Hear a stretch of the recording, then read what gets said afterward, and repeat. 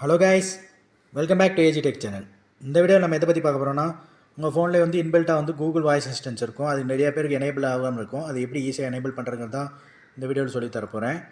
அது voice assistance use பண்ணி என்னெல்லாம் பண்ணலாம்னா, நீங்கள் உங்கள் ஆப்பை ஈஸியாக ஓப்பன் பண்ணிக்கலாம். ஏதோ ஒரு ஆப் நீங்கள் டச்சே பண்ண தேவையில்ல, ஜஸ்ட் வாய்ஸ் அசிஸ்டன்ஸ் யூஸ் பண்ணி ஓப்பன் பண்ணிக்கலாம்.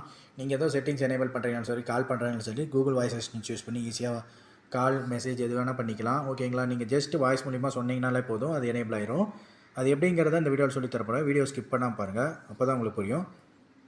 வீடியோக்குள்ளே போகிறதுக்கு முன்னாடி நீங்கள் நம்ம சேனலை சப்ஸ்கிரைப் பண்ணினா சப்ஸ்கிரைப் பண்ணிவிட்டு பக்கத்தில் இருக்க பெல் ஐக்கான் கிளிக் பண்ணி ஆளுங்கிற ஆப்ஷன் செலக்ட் பண்ணி வச்சுக்கோங்க. அப்போ தான் நான் போகிற வீடியோஸ் எல்லாமே உங்களுக்கு நோட்டிஃபிகேஷன் இமீடியட்டாக வரும்.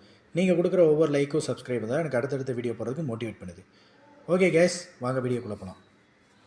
உங்களுக்கு ஃபோனில் இன்பில்ட்டாக பார்த்தீங்கன்னா செட்டிங்ஸ் இருக்கும். செட்டிங்ஸ் கிளிக் பண்ணிக்கோங்க. செட்டிங்ஸ் கிளிக் பண்ணிவிட்டு ஸ்க்ரீனில் ஸ்க்ரோல் பண்ணி வந்தீங்கன்னா அக்கௌண்ட்ஸ் இருக்குது.